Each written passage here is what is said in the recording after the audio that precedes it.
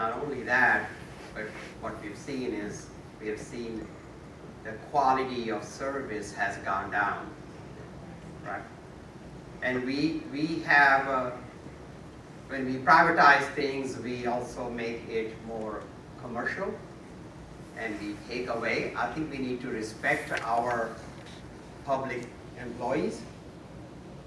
You know, they take a pay cut often to work for because they care about providing good services. And I ran a service business for 26 years, so I understand the importance of keeping your employees happy so that they can provide a good service to the customers. And privatization does exactly the opposite. Outsourcing does exactly the opposite. So I would oppose that. I would bring more efficiency in our public services, and I will respect our employees and pay them well and take care of their retirement and not tax their pensions. So I told you about rebuilding the health department. Let me tell you what they actually did when they shut down the Detroit Health Department. They privatized it. They said, you know what, we know, as Republicans, that we can provide this service and we can let the market do a better job. Here's the thing about public health, it kind of has to be public. And at the end of the day, IPH, this Institute for Population Health, that they had privatized the health department into, it failed miserably. We had some of the lowest vaccination rates, the lowest lead poisoning testing rates in the entire state and in the entire country. And that's when the city decided to bring back their health department. That's when we rebuilt that department. What we've seen around privatization is it fails two groups of people. It fails the people that we're supposed to serve, and it fails the people who deliver public services every day. There's a responsibility that we have to put the public back in public goods. To stand up and say there are certain things that government just does better than other entities. The market doesn't solve public health. The market doesn't solve education. The market doesn't solve healthcare. And we have a responsibility to empower government to do those things uniquely, because the people who get left out tend to be the poorest and tend to be communities of color. So when I take the helm of government, we will stand up to empower public servants, people who have chosen to be a part of providing a very basic set of goods that people need to be empowered and live their best lives. And that means we will end this onslaught of privatization, folks coming in to try and make a dollar, providing us worse services and cutting the benefits and the well-being of the people who work to do that job. It's time for us to stand up and remind ourselves that government has a role in a dignified, high-level society. And that's the work that I hope to do as governor. So privatization doesn't work, and it can be downright dangerous. And we've seen it. We've seen it experimented with by Republican administrations. We see it in our corrections system. I think it is unconscionable and unethical that anyone or any corporation could ever make a dime off the incarceration of another human being. So I am absolutely opposed to privatization, particularly when it comes to these critical things that we count on for our public safety. I mean, what happened in our correction system, the governor after 7 years is now saying, oh, it hasn't worked very well, and he's reversing course when we were pounding on it for 7 years. We see them do this in the Grand Rapids Veterans Home. The care of veterans, people who served our country, they let go to a for-profit corporation that shortchanged the veterans and endangered their lives, falsified reports. And what does Bill Schuette, our Attorney General, who's running for governor, do? He doesn't go after the big business that's running it, that's making the money. He goes after the frontline workers who don't have the benefit of the union, who are making terrible wages for tough jobs. We've seen it not work in our schools, and now we have Republicans pushing for privatization of the mental health care system in Michigan.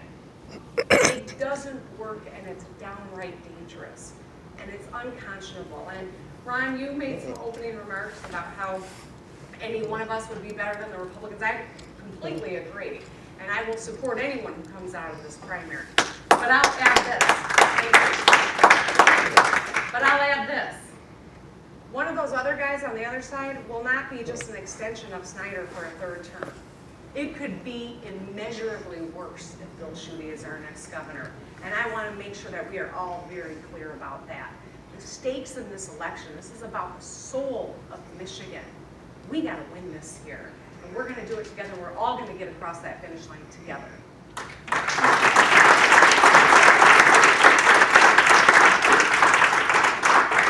We're going to do something we did at the last town hall. We have a little bit of a lightning round here. We're just looking for simple yes or no answers. We'll start with Sri and work down the line going. Next person for each question. So first one here, Sri, and I think you may have already given this answer, but do you support the current emergency management? No, it should be repeated. Abdul? No. It should be repealed. Gretchen? I fought it when Snyder pushed it through, so my answer is hell no. No. Thanks.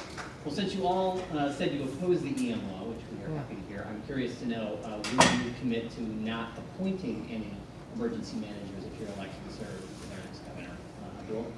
So not only will I not appoint any new ones, I will disappoint any of them that are currently serving. All right. Gretchen? Absolutely. Yes. Yes. If elected, would you work to repeal the 80-20 healthcare mandate for public sector workers, which requires public employees to pay 20% of their healthcare, which this law was signed by Mayor Snyder? Gretchen? Yes. Yes. Yes. We're going to pass universal health care, so yes, and we won't even need If elected, will you commit to appointing frontline educators to senior staff position in your administration, as well as agencies like the Department of Education? I think we are on the bill for this one. Yes. In fact, I've already started interviewing. Three. Yes, absolutely. Absolutely. Who else would you appoint? We need experts in fields, so absolutely. Great. As governor, will you continue Governor Snyder and Governor Granholm's practice of using the school aid fund to fill budget gaps in the general fund? Go back to Sri on this one. Oh, good, I get it. No. No. I took on both those governors when they started stealing money from the school aid fund, and I stand by that. I introduced a constitutional amendment to protect it, and as governor, I will single-handedly make sure none of those school aid fund dollars come out of that fund. No. Do you believe the governor and legislature should be subject to the Freedom of Information Act? Abdul? Yeah, absolutely. I will institute FOIA in my office from day one. Yes. Yes. There's nothing that happened in the governor's office that the people should not have the right to know.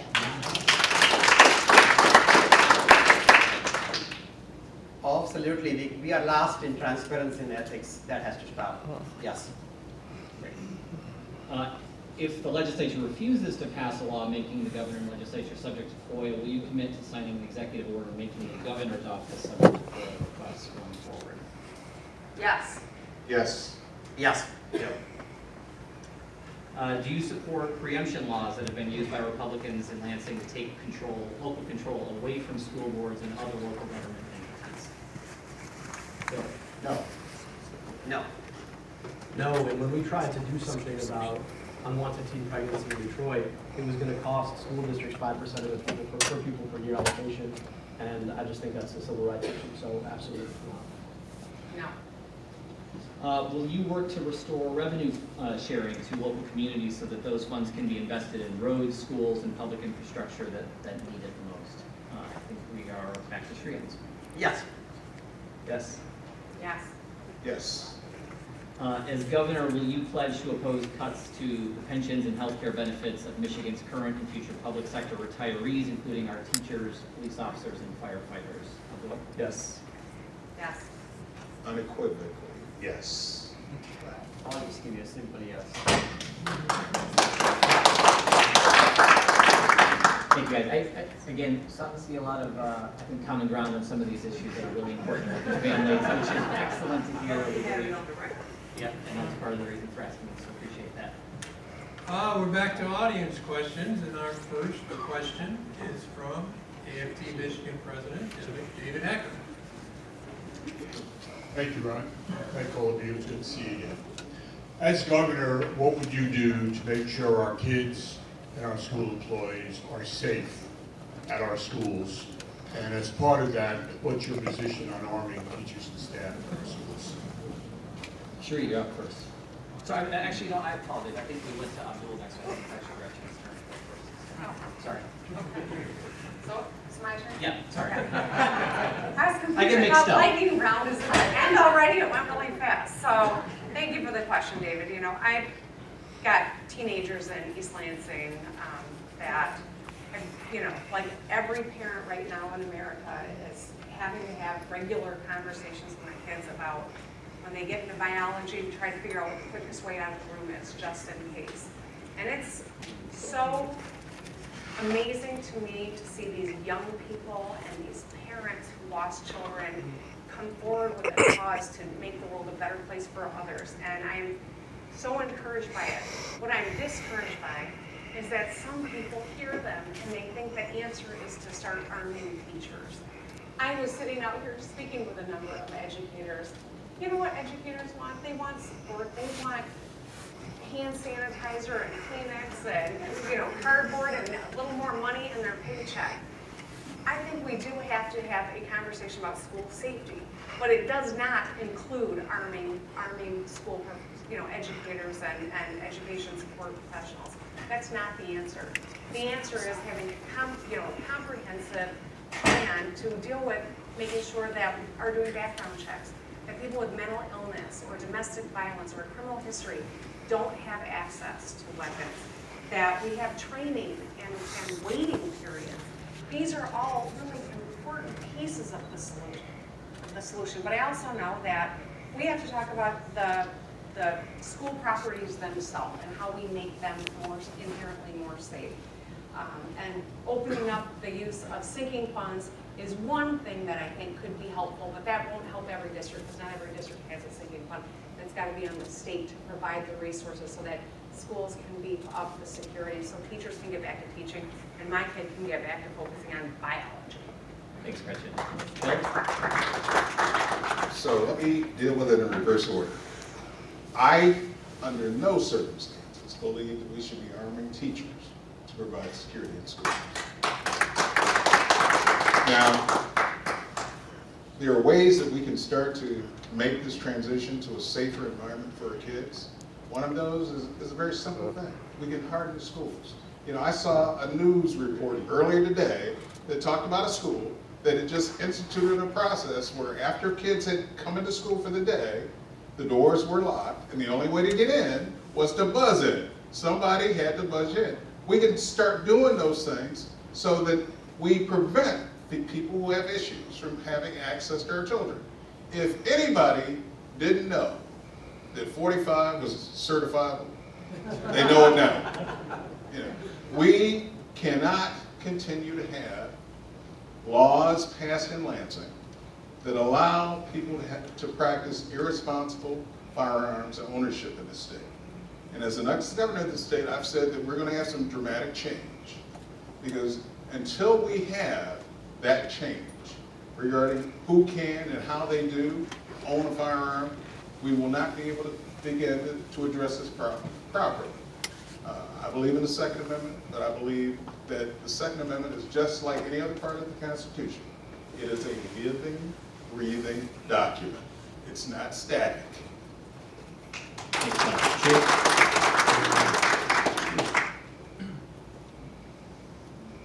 My grandson Kai is 1 year old, and I worry when he goes to school, and I worry about his safety.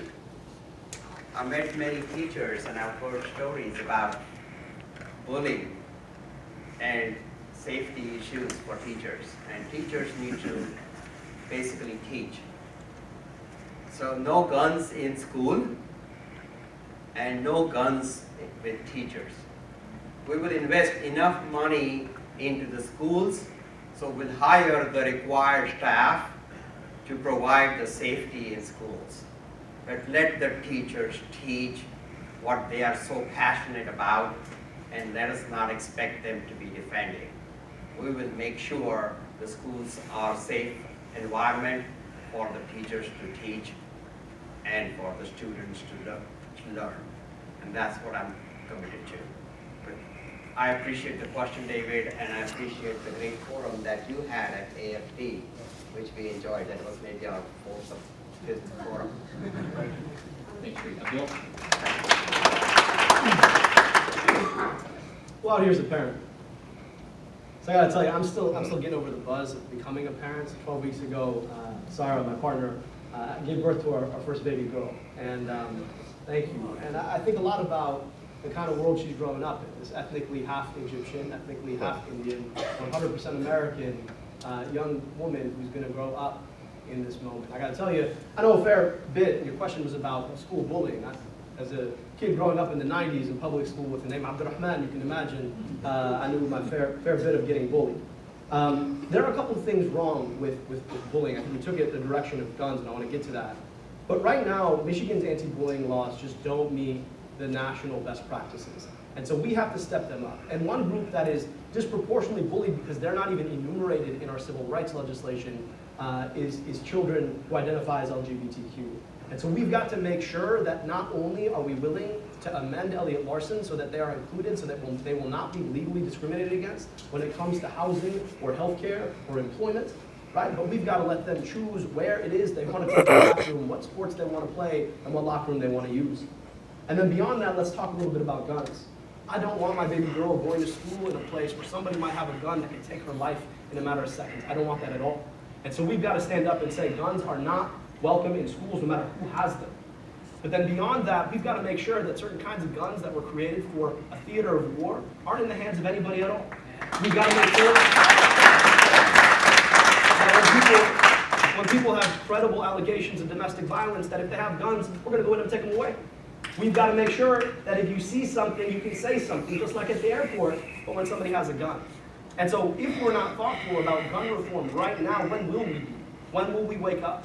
And then the last thing I want to say is sometimes we have this conversation that stigmatizes people with mental illness. And that's just not appropriate. The vast majority of people who are suffering mental illness today will never commit an act like that. So it's time for us to invest in making people whole who suffer mental illness, and at the same time doing the things to get guns out of hands of anybody who might use them to hurt a child. Thank you. The next question is from Steve Vergona. Where are you? Hello, everybody. This is Concerned Peer here. Here's my question. Who should be acceptable for school performance, and should school performance be assessed? Do you understand it? Bill, I think you're up first. So I'm a big believer in accountability. And I believe that accountability for school performance should be at the local level. That the superintendent has the overall responsibility for how the schools in his district do. The principal has a responsibility for making sure that the students in his school are meeting standards. Having said that, I think we need to be mindful of the fact that we need to take a different approach to measuring how schools are improving and how students are improving. The notion that unless a student is moving from a failing grade to a B or an A is an outdated notion. We've got to take students as we find them and measure progress rather than how they do on standardized tests. We have an opportunity now to fundamentally rejigger the education system that we have in Michigan. And it's up to us to do that and to do it appropriately. And to make sure that we're not taking the evaluation process and turning it into a penalization process, which it is today. Thanks, Bill.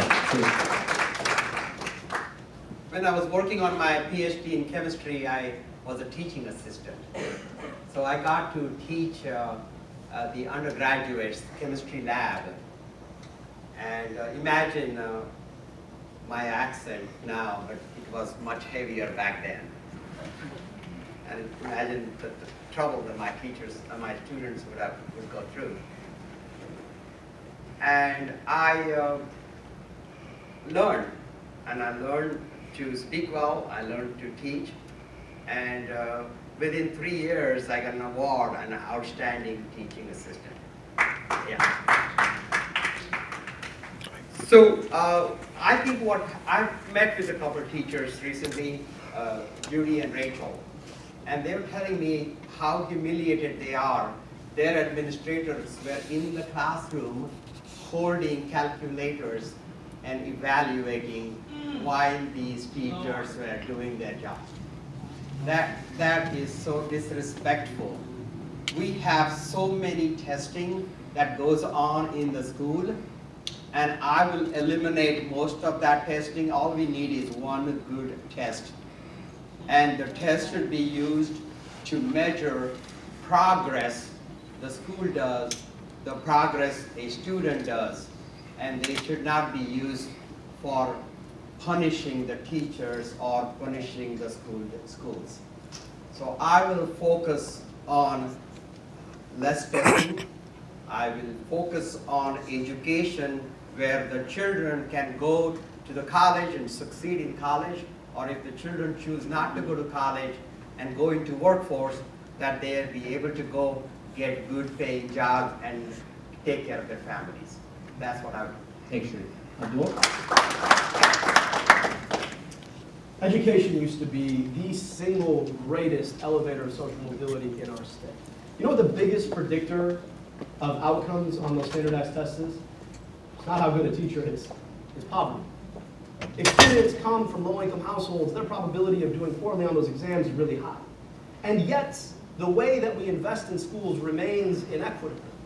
$718 difference between what we give per pupil per year in a high-income community versus a low-income community. And those high-income communities are barely making enough money to actually fully educate their kids. So we can't talk about teacher accountability and holding teachers accountable until we're willing as a state to hold ourselves accountable on the ways that we are investing in low-income communities. Because if we're serious about social mobility in this state, if we're serious about empowering young people, then we don't just have to invest, not less, we have to invest more in those classrooms. I'll tell you, if you go to low-income communities, the disinvestment in basic things like libraries, 63% fewer librarians right now than there were when I graduated high school not that long ago. If you look at investment in guidance counselors, right now, our national average is 491 students to 1. Today, it's 700 to 1 in this state. And then we ask ourselves why we went from being in the top 10 nationwide to being among the worst. Well, it's because we don't invest, and we don't invest equitably. So to me, stop blaming teachers for the poverty that you as a state are unwilling to solve. Start solving it, and let's have a question then about accountability. So you asked the question, and I'm wondering if it is focused on teachers or on testing of students or everything. It's a goal. Okay. We got like 4 or 5 teachers in the family, and we sit at the dinner table, we answer all the questions, we're actually running. Yep. We're blaming the state about what the test score should be, who should be doing this, who should be that, teachers, not the teachers.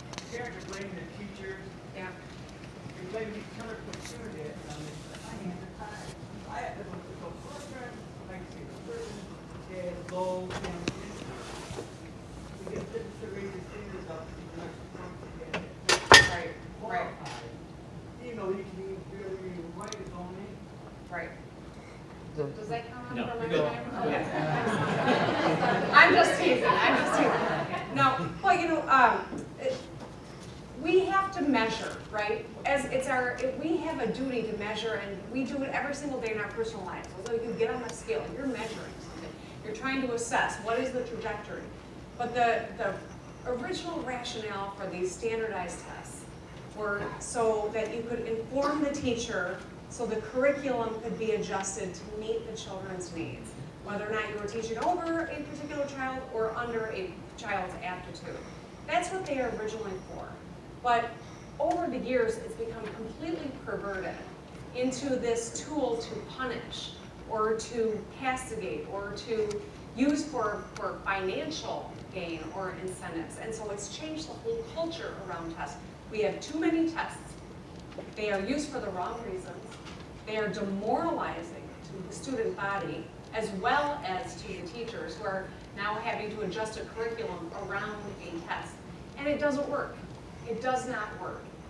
What we have seen in states that have limited testing, they've had better outcomes because it's improved morale, it's given teachers more authority over what's actually happening in the classroom. And that's really important. But when we think about getting every child to a place where they are hitting the measurements, our hopes for them, what we know is scientifically proven to put them on a path to success, when children aren't meeting those benchmarks, it's on the state to infuse greater resources and wraparound services around those kids. When you're a child in high poverty and you confront the same issues, in terms of, struggling with literacy or struggling with issues at home, you need greater supports. States like Tennessee have created, better ratios with literacy coaches and social workers and nurses. And that's, I think, going to be a critical component to addressing the assessment issue. Fewer tests, better tests, and more supports for kids. Now, when it comes to educators, I know that we've created so much stress in our schools because we've pitted people against one another with these arbitrary rules that continue to change. We have to fix that, but we got to fix it together because you need to be helping advise the legislature how we really get to a place where we're assessing, but also supporting teachers to grow. Next question. We're going to go next to Christina Escalante.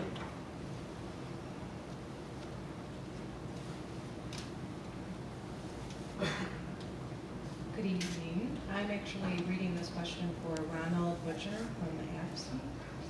He wasn't able to be here tonight. As governor, what specific steps will you take to improve access to affordable and reliable public transit to ensure all working people can get to and from work safely? Thanks. Shri? Well, when we look at Detroit, we have seen almost like two Detroits. We've seen the downtown where we see a lot of prosperity. Right.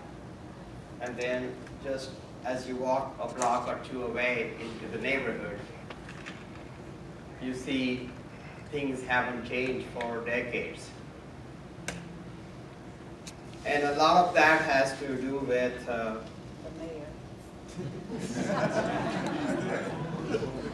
lot of that has to do with compassion. There's a lot to do with love, and we haven't seen much compassion. We haven't seen much love from Lansing these last several years, right?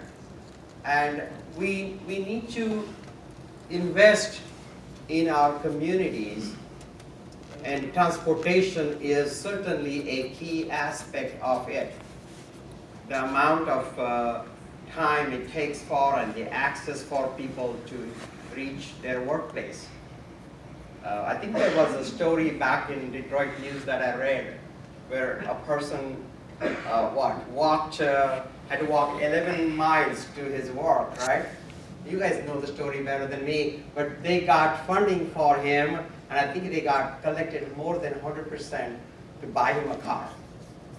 But what that shows really is that how difficult life has become for people to get to work, to get to school, get to do things.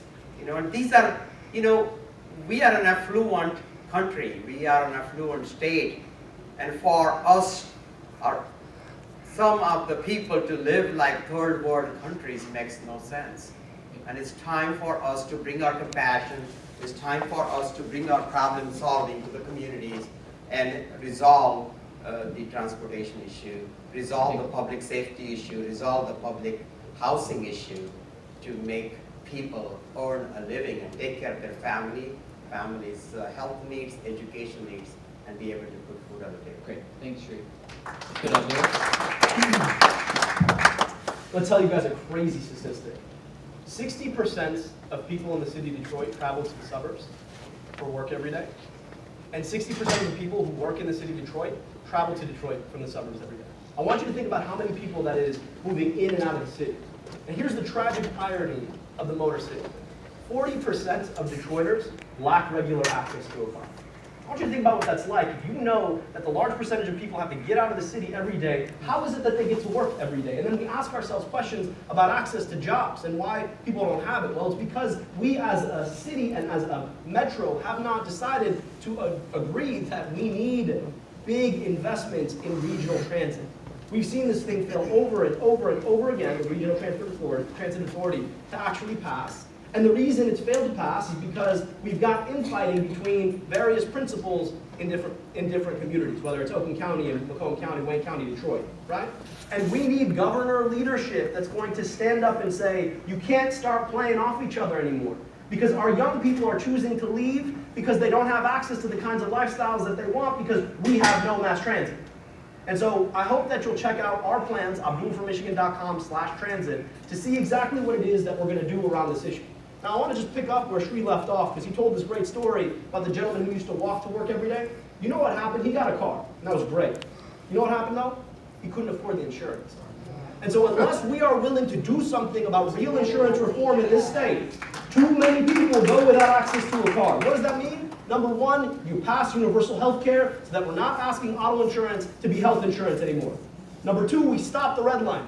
No more asking about where people live, their credit score, their education history.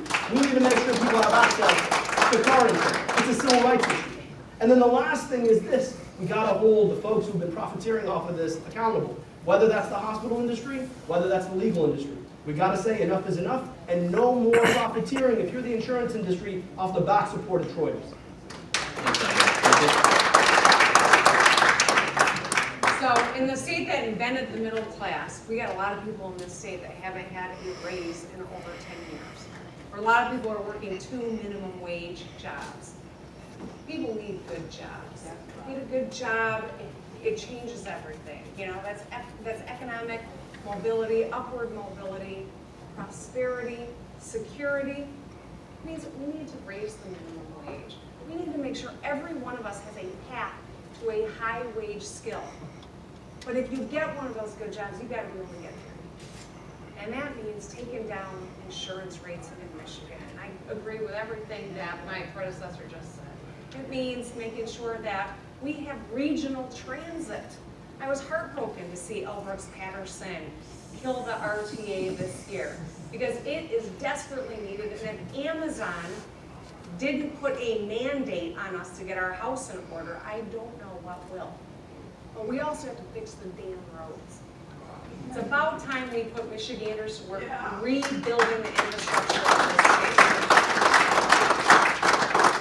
The average Michigander, the average driver in Michigan is spending $540 a year to fix their car, where we should really be fixing our roads and putting people to work doing it. These are the things that help create economic prosperity and level the playing field. But every one of these has to be a part of the solution. Because we will not have a real solution that making this a state that Amazon wants to locate in, that millennials want to locate in. So we have transit, you can afford the car insurance, and the roads aren't going to bust up your car on your way to work too. Next question. Bill? I don't need to talk to you about insurance because we've already had that discussion. What we need to talk about is one of the most important issues for the next governor of the state is our infrastructure model. It's broken. We have an infrastructure model